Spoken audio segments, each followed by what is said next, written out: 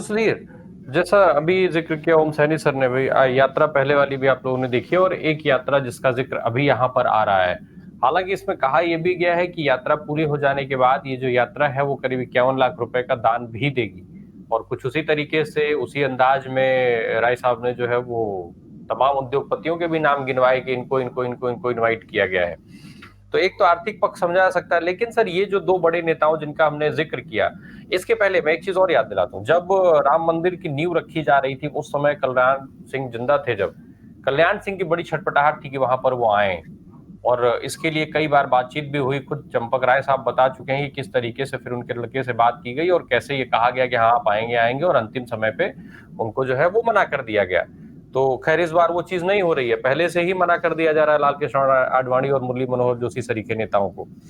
तो सर ये जो आखिर क्या डर है कि ऐसे नेताओं को आने नहीं दिया जा रहा है? एच डी देवगौड़ा साहब भी 90 साल के हैं सर, उनको इनवाइट करने के लिए 3 लोगों की कमेटी बनाई गई है जो जाकर के इनको इनवाइट करेगी, और आडवाणी जी और मुरली मनोहर जोशी को दूर रखा जा रहा है, जबकि उनको तो करीब से लाना है। देखिए राम प्रकाश जी, 51 लाख रुपए के दान की बात बड़ी बात नहीं है, उससे कहीं बड़ी बात है 51 करोड़ लोगों से अधिक के मतदान का मुद्दा। 1 अरब 40 करोड़ के देश में अब जो ये रथ यात्रा निकालने जा रहे हैं वो आज से लगभग 35 वर्ष पूर्व की रथ यात्रा की याद दिलाता है। और इसका मकसद जो है दिन के उजाले की तरह से बहुत साफ है, और ये राजनीतिक प्रयोजन का धार्मिक अनुष्ठान है। मेरा निश्चित तौर पर मानना है कि यह राजनीतिक प्रयोजन का धार्मिक अनुष्ठान है।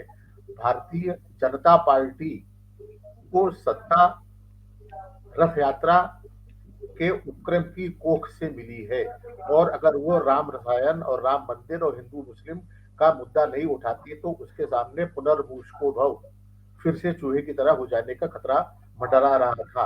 आप याद करें कि सन 1984 में भारतीय जनता पार्टी के सिर्फ 2 सांसद जीत के आए थे, और मंडल के मुकाबले किस तरह से कमंडल की राजनीति भारतीय जनता पार्टी ने की।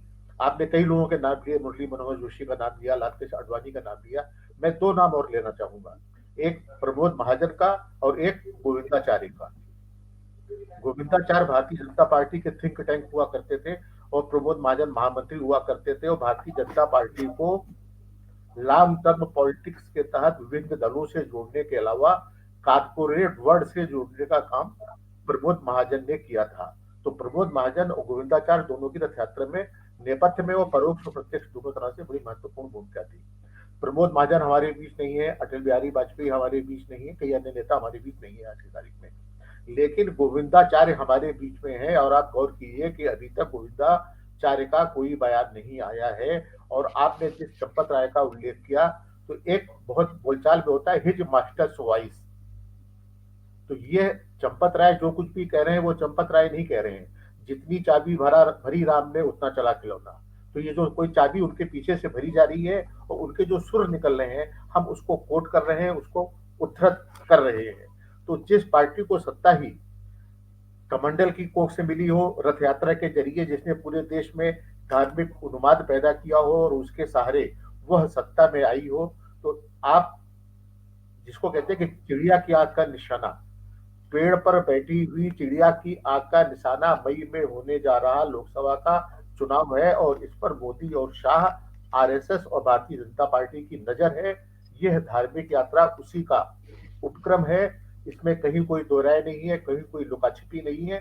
और जिस तरीके से भारतीय जनता पार्टी ने राम रसायन का उपयोग करके इस महादेश में सत्ता पर काबिज होने में सफलता पाई है, वह तीसरी बार इसको दोहराना चाहेगी, और इसमें कोई चूक नहीं हो इसके लिए वो सारे उपक्रम कर रही है।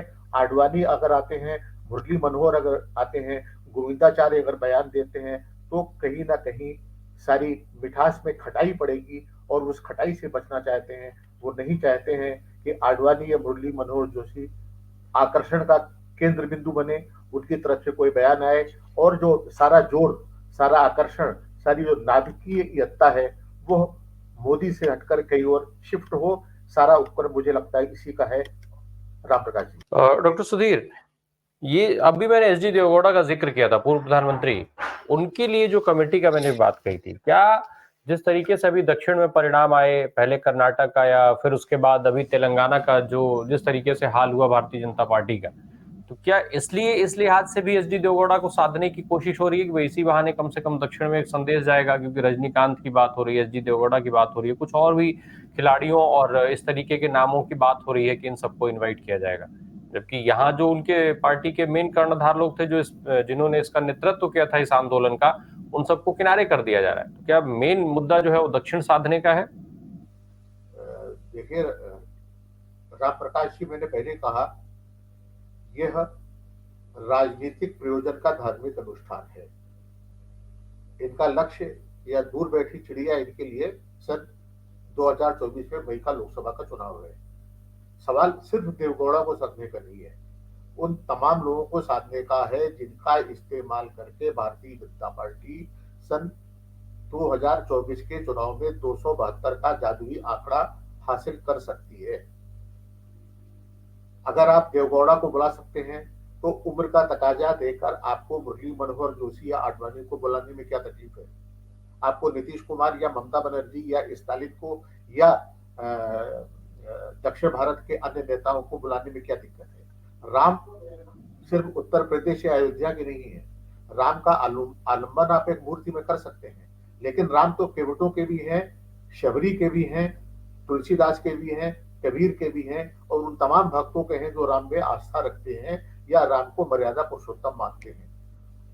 मर्यादा पुरुषोत्तम का नाम लेना और मर्यादा को तिलांजलि देना, ये आपस में ऐसी चीजें हैं जिनके जरिए आप भारतीय जनता पार्टी के चरित्र का की व्याख्या कर सकते हैं, उसकी मीमांसा कर सकते हैं। राम राज्य के बारे में कहा जाता है, राम राज्य नहीं प्रजा दुखारी। तो आप राम राज्य की बात करते हैं और प्रजा जो है लगातार दुख में डूबी हुई है। 80 करोड़ लोगों को आप अनाज दे रहे हैं, आप शिक्षा पर, आप चिकित्सा पर, आप अनुसंधान पर, आप महंगाई पर कोई बात नहीं करते, कोई बड़ा ऊपर नहीं करते। हर राज्य में मंदिर बनाने का जो अटूट सिलसिला डबल इंजन सरकारों ने शुरू किया है, उसका अर्थ क्या है? आप इस देश को ईसा पूर्व के युग में ले जाना चाहते हैं या आधुनिक भारत में बदलना चाहते हैं और भारत को सबसे बड़ी अर्थव्यवस्था या विकसित राष्ट्रों की पंक्ति में खड़ा करना चाहते हैं? तो इसमें कोई दो राय नहीं है, इसमें कोई दोमत नहीं है, इसमें कोई शंका नहीं है कि भारतीय जनता पार्टी का ये मकसद दूसरी रथ यात्रा के पीछे साफ साफ सत्ता हासिल करना है। और एक बार की सत्ता हासिल करने के बाद ना इनका राम से कोई सरोकार रहेगा, ना राम रसायन से रहेगा। फिर 5 साल तक ये निर्बाध राज करेंगे। उसके बाद चुनाव क्या शक्ल अख्तियार करता है, संघीय राज्य रहता है कि नहीं, लोकतंत्र रहता है कि नहीं, सेकुलर मूल्य रहते हैं कि नहीं, चुनाव होते हैं कि नहीं, सब अधर में रहेगा। इसलिए इस रथ यात्रा के मकसद के प्रति आपको कोई शंका नहीं होनी चाहिए। सब कुछ तिर के उजाले सा साफ है। और अगर INDIA ने समझदारी, विवेक और सामंजस्य से इस लड़ाई को नहीं लड़ा तो मुझे लगता है कि आने वाला वक्त बहुत कठिन होगा। राम प्रकाश जी। तो सुधीर, अब भी चूंकि इंडिया गठबंधन की बैठक का जिक्र आ गया, इसलिए हालांकि वो मुद्दे से अलग हो जाएगा सवाल थोड़ा। सर, आपने यूपीए गवर्नमेंट को भी देखा है, उस दौरान भारतीय जनता पार्टी जो विरोध प्रदर्शन करती थी, उस प्रदर्शनों को भी आपने खूब करीब से देखा है। आज भाजपा के संसदीय दल के बैठक में प्रधानमंत्री ने साफ कहा है कि विपक्ष जो है अमर्यादित व्यवहार कर रहा है, विपक्ष को जो अगर आलोचना भी करनी है तो मर्यादा में रह करके करे। तो क्या वो जो विरोध प्रदर्शन उस समय होते थे वो सारे मर्यादित विरोध होते थे, और आज जो विरोध हो रहे हैं वो सारे अमर्यादित विरोध है जिनकी वजह से इस तरह की कार्रवाई करनी पड़ रही है? देखिए राम प्रकाश जी, कोई भी बात कही जाए, क्या बात कही जा रही है उससे अधिक ये बात मायने रखती है कि उस बात को कौन कह रहा है, उस बात का उद्गम क्या है। गांधी जी जब सत्य की बात करते हैं, सत्याग्रह करते हैं और कहते हैं कि सत्य ही ईश्वर है, तो उनका पूरा जीवन, उनका पूरा आचरण, उनके पूरे कार्य, उनका पूरा मिशन कहीं ना कहीं उसकी तस्दीक करता है। जो व्यक्ति मर्यादा का या मर्यादा का पालन करने की सीख दे रहा है, उसका आचरण और उसका ट्रैक रिकॉर्ड किस बात की पुष्टि करता है, इस पर गौर करना जरूरी है। आज की तारीख में INDIA जिसकी की आज बैठक होनी है, उसकी जिम्मेदारी कहीं ज्यादा बढ़ गई है, क्योंकि संकट पहले से कहीं बड़ा है, चुनौतियां पहले से कहीं बड़ी हैं, और कांग्रेस उसमें बिग ब्रदर या केंद्रीय भूमिका में है। इसलिए कांग्रेस को अपने को उसको बड़प्पन दिखाना पड़ेगा, छोटे मोटे नुकसान उसको उठाने पड़ेंगे उसको सबको संतुष्ट करना पड़ेगा, सबको साथ लेकर चलना पड़ेगा और भारतीय जनता पार्टी से खतरा विपक्षी दलों को नहीं है, बल्कि संवैधानिक मूल्यों को है, राजनीतिक मर्यादा को है और हमारे बीच गांधी एक संबल होने के साथ-साथ डॉक्टर अंबेडकर भी हमारे लिए एक संबल है। हमारा संविधान भी खतरे में है और भगत सिंह का उपक्रम हिंसा का उपक्रम नहीं था, बल्कि इनकलाब की चेतना को पहुंचाने का एक जरिया था। तो भगत सिंह या महात्मा गांधी या अंबेडकर हमें इनके संबल की जरूरत है और जैसा कि हमारे भाई ओम सैनी ने कहा, एकजुटता बहुत बड़ी चीज है। छोटे मोटे आप अपने लाभ या तात्कालिक फायदे से ऊपर उठकर आईएनडीआईए के घटकों को चाहिए कि वो जनता के हित में, देश के हित में, संविधान के हित में, सेकुलर मूल्यों के हित में मिलजुल कर ऐसा कोई उपक्रम करे जिससे हम इस बड़े संकट से या चुनौती से पार पा सकें। और भारतीय जनता पार्टी की तो कोशिश ही है और उसका सत्य से या प्रेम से या भाईचारे से या सह अस्तित्व से या सहिष्णुता से या सांप्रदायिक एकता से कोई सरोकार नहीं है।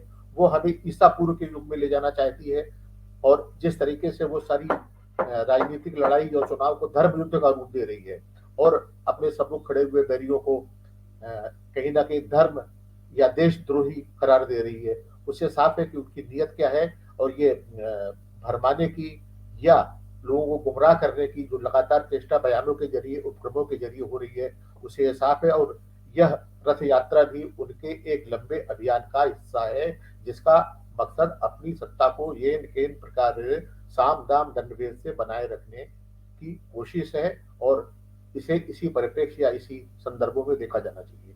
राम प्रकाश जी। जी।